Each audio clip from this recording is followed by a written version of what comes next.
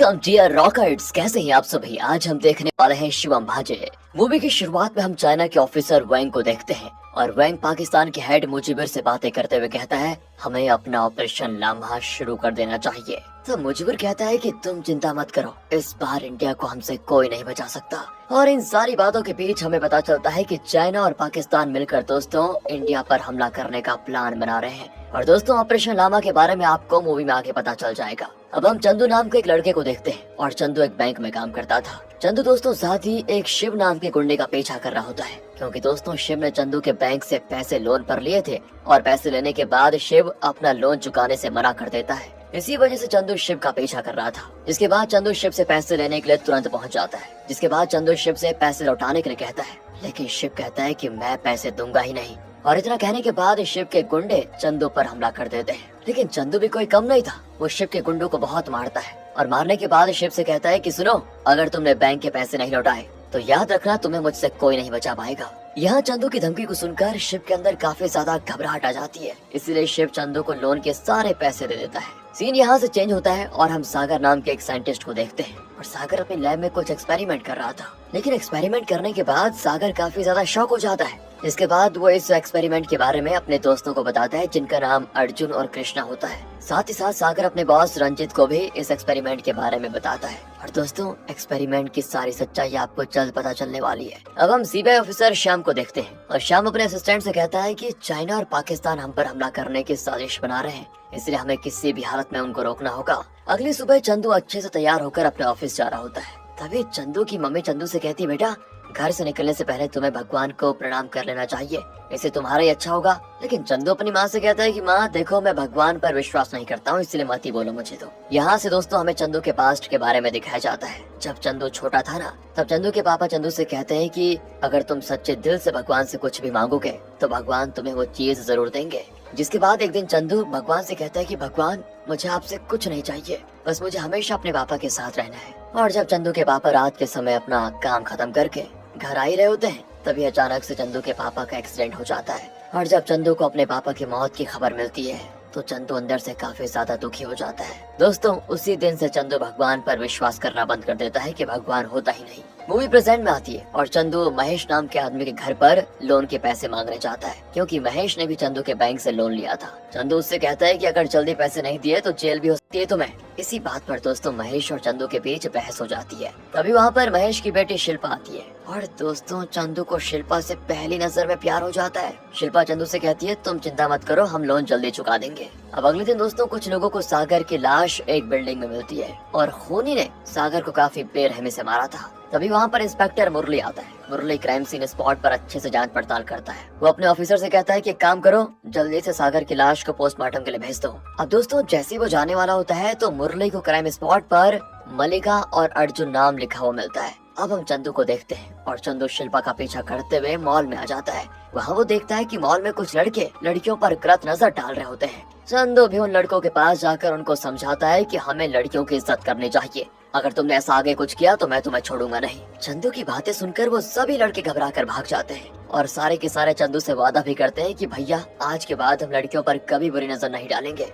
दोस्तों चंदू देखता है कि शिल्पा मॉल में कुछ शॉपिंग कर रही है, तो वो चुपके से शिल्पा को देखने लगता है। पता हो अभी अभी तो उनको पाठ पढ़ा के आ रहा है, लेकिन खुद भी वही कर रहा है। लेकिन दोस्तों शिल्पा को भी ये बात पता चल जाती है कि चंदू उसका पीछा कर रहा है और शिल्पा को पता होता है कि चंदू एक साफ दिल का इंसान है दोस्तों, इसलिए शिल्पा भी चंदू में थोड़ा इंटरेस्ट दिखाती है। जिसके बाद दोस्तों जब चंदू अपने कमरे में बैठा होता है तभी उसकी मम्मी वहाँ पर आकर उससे कहती है, बेटा मैंने तुम्हारी बहन की शादी के लिए एक अच्छा सा लड़का ढूंढा है और उस लड़के का नाम विशाल है, क्या कहते हो तुम? वो भी दोस्तों कहता है, माँ अभी देख लेंगे। अब हम दोस्तों मलिका और अर्जुन को पुलिस स्टेशन में देखते हैं। मुरली ने सागर के केस को लेकर पूछताछ के लिए मलिका और अर्जुन को बुलाया होता है। तो वो दोनों से कहता है कि जहाँ सागर की मौत हुई वहाँ हमें तुम दोनों के नाम मिले हैं, क्या सागर ने मरने से पहले तुमसे कुछ कहा था? अर्जुन कहता है कि सागर की मौत से पहले सागर से मेरी बात हुई थी और उस समय सागर काफी ज्यादा घबराया हुआ लग रहा था। अब दोस्तों मुरली उन दोनों का बयान लेकर उनको जाने के लिए कह देता है। इसके बाद हम सागर के कोलीग स्वामी को देखते हैं और स्वामी सागर के लैब में चूहे पर कुछ एक्सपेरिमेंट कर रहा होता है,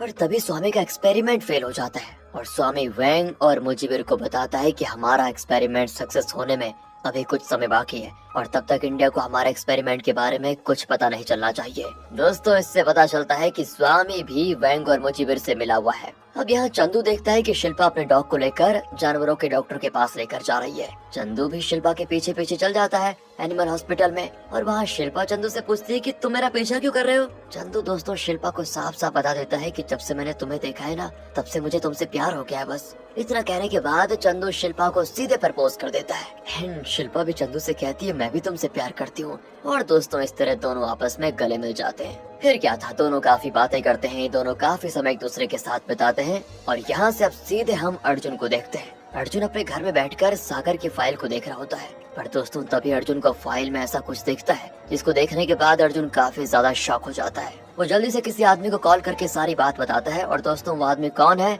इसके बारे में बस पता चलने वाला है। सीन यहाँ से चेंज होता है और मुरली पुलिस ऑफिसर्स के साथ अर्जुन के घर पर आता है। वहाँ मुरली देखता है कि अर्जुन के घर में उसकी लाश पड़ी हुई है। साथ ही साथ मुरली के 2 ऑफिसर्स और मिलिट्री डॉग जिसका नाम गोजो होता है, उसकी भी लाश पड़ी हुई थी वहाँ पर। मुरली सोच में पड़ जाता है कि आखिर कौन कर रहा है ये सारे मर्डर्स। तभी दोस्तों उसको दीवार पर कृष्णा का नाम लिखा हुआ मिलता है। अगले दिन चंदू शिल्पा से मिलने जाता है, और दोस्तों शिल्पा डॉक्टर की पढ़ाई कर रही होती है। यहाँ पर पता चलता है कि शिल्पा सागर को भी जानती है दोस्तों, क्योंकि सागर शिल्पा का सीनियर था। जिसके बाद जब चंदू शिल्पा के आने का वेट कर रहा होता है ना, तभी वहाँ पर शिव अपने गुंडों को लेकर आ जाता है, और शिव के गुंडे चंदू को देखते ही सीधा उस पर हमला कर देते हैं। अब शुरुआत में तो चंदू शिव के गुंडों को बहुत मारता है, लेकिन आखिर में शिव के गुंडे उसको घायल कर देते हैं। तभी शिल्पा चंदू को जख्मी देखकर उसको जल्दी से हॉस्पिटल लेकर आती है। इसलिए में दोस्तों हॉस्पिटल में चंदू की मम्मी भी आ जाती है, और चंदू की मम्मी उसको ऐसी हालत में देखकर बहुत घबरा जाती है कि ये क्या हो गया इसे। जिसके बाद डॉक्टर आकर बताते हैं कि देखिए चंदू की आंख पर काफी गहरा चोट लगा हुआ है, इसलिए चंदू कभी अब देख नहीं पाएगा।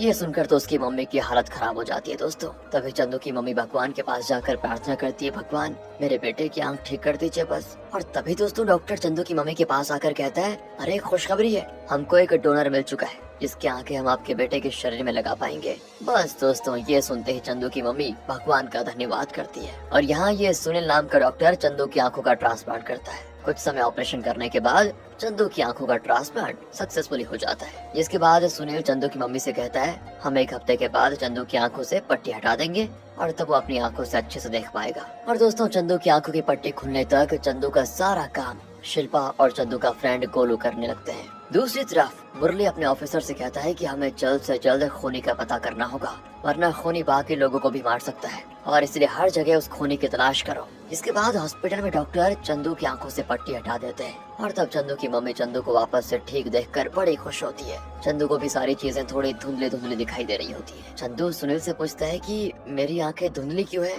इस पे सुनील कहता है कि तुम टेंशन मत लो, कुछ दिनों में तुम्हें बढ़िया दिखेगा। अब दोस्तों चंदू अपनी मम्मी के साथ होता है, लेकिन चंदू का बिहेवियर काफी बदल गया था, क्योंकि चंदू दिन के समय सोता और रात के समय जागता। साथ ही साथ चंदू को दूर से ही चीजों की स्मेल आ जाती। अब एक दिन की बात है, लड़के वाले चंदू की बहन को देखने आने वाले होते हैं, इसलिए शिल्पा भी चंदू की मदद के लिए चंदू के घर पर आ जाती है। कुछ देर के बाद विशाल अपनी मम्मी पापा के साथ चंदू के घर पर भी आ जाता है, और वहाँ विशाल के मम्मी पापा चंदू की बहन को काफी पसंद करते हैं, इसलिए विशाल के मम्मी पापा इसे शादी के लिए मान भी जाते हैं दोस्तों।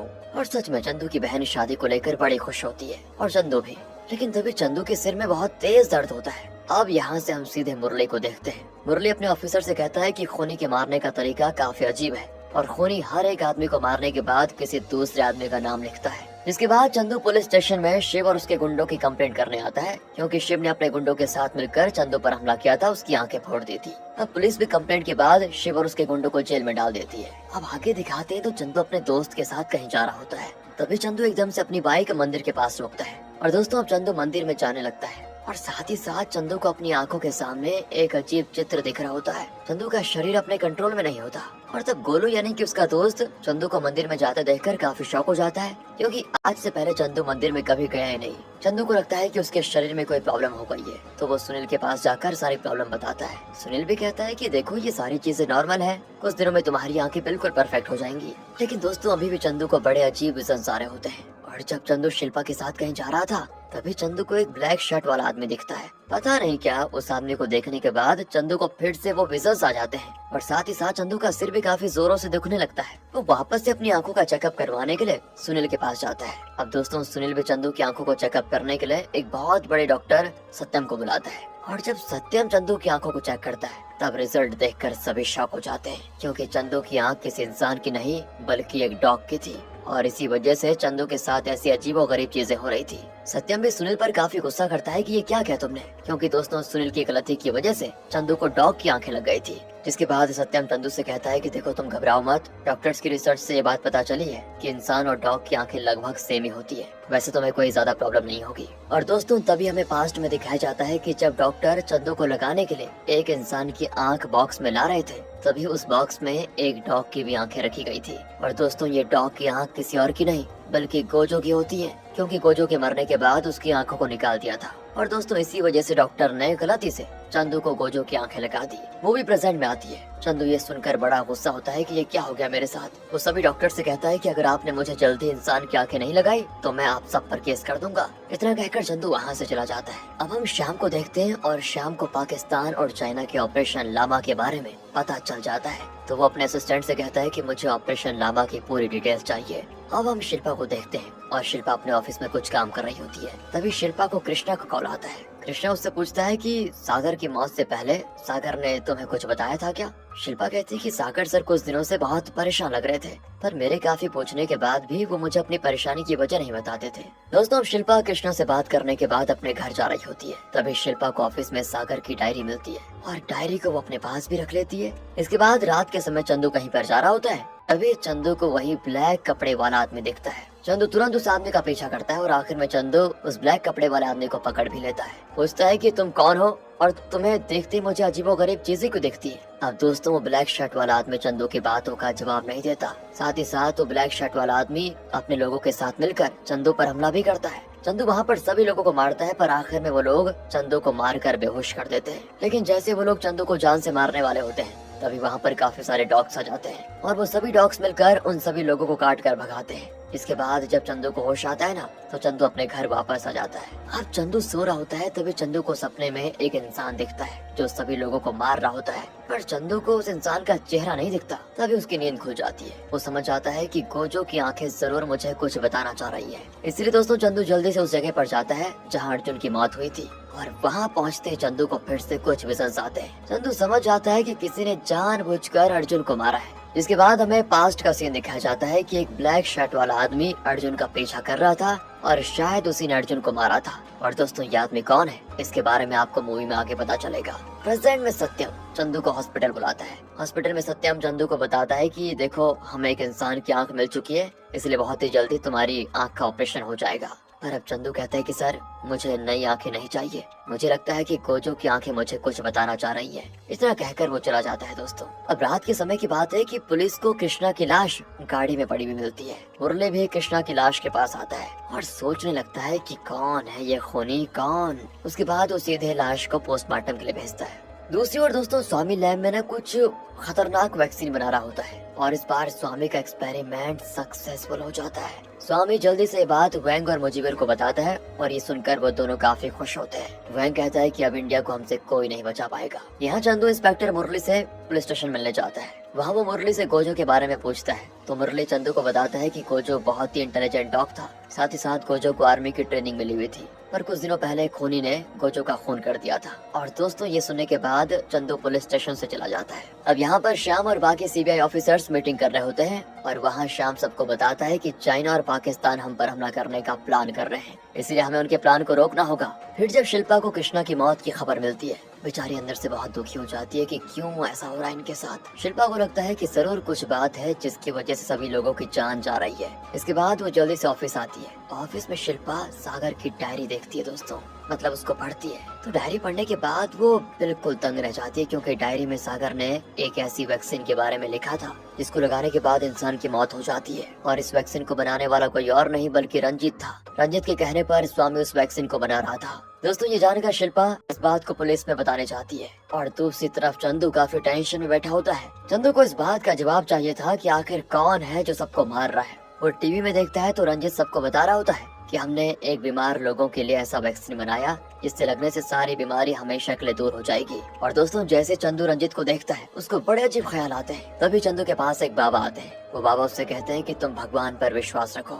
और भगवान तुम्हारी मदद जरूर करेंगे। चंदू भागते हुए अपने घर आता है। चंदू अपने पूरे मन से उस खूनी के बारे में सोचने लगता है और तभी चंदू को उस खूनी का पता चल जाता है दोस्तों, और वो खूनी मुरली होता है। अब हम मुरली को देखते हैं और मुरली शिल्पा को किडनैप करके अपने साथ लेकर आता है। मुरली ने दोस्तों ऐसा इसीलिए किया था क्योंकि शिल्पा को सारी बात की सच्चाई पता चल गई थी। यहाँ हमको ये भी पता चलता है कि मुरली वैंग और मुजीबर के कहने पर ही ये सारी हत्या कर रहा था। और अब जब मुरली शिल्पा को मारने वाला होता है तभी वहाँ पर चंदू आता है, जिसके बाद चंदू और मुरली के बीच यहाँ पर खतरनाक फाइट होती है और उस लड़ाई में चंदू मुरली के सभी गुंडों को मार डालता है दोस्तों, आखिर में मुरली को भी। अब अगले दिन रंजित की सारी साजिश मीडिया के सामने आ जाती है। यहाँ भी पुलिस रंजित को पकड़कर उसको जेल में डाल देती है और फिर सभी सही हो जाता है। इसी के साथ ये मूवी यहाँ पर खत्म होती है। ताकि अगर आपको वीडियो अच्छी लगी हो, स्टोरी अच्छी लगी हो, एक्सप्लेनेशन अच्छा लगा हो तो लाइक कीजिए, चैनल को सब्सक्राइब। मिलते